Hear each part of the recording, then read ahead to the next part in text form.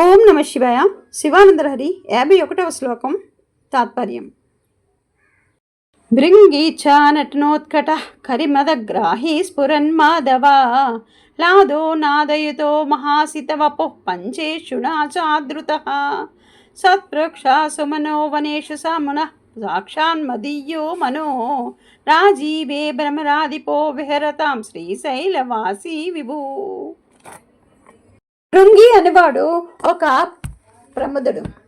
అతని ఇష్టాన్ని అనుసరించి నటనలో ఆసక్తి కనబరచువాడు.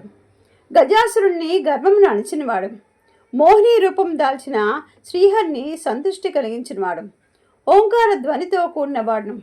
తెల్లని మేని ఛాయతో ఒప్పువాడును. మదనునిచే గౌరవం పొందినవాడును. దేవతాకోటిని కాపాడుటయందు ఆసక్తి చూపువాడును.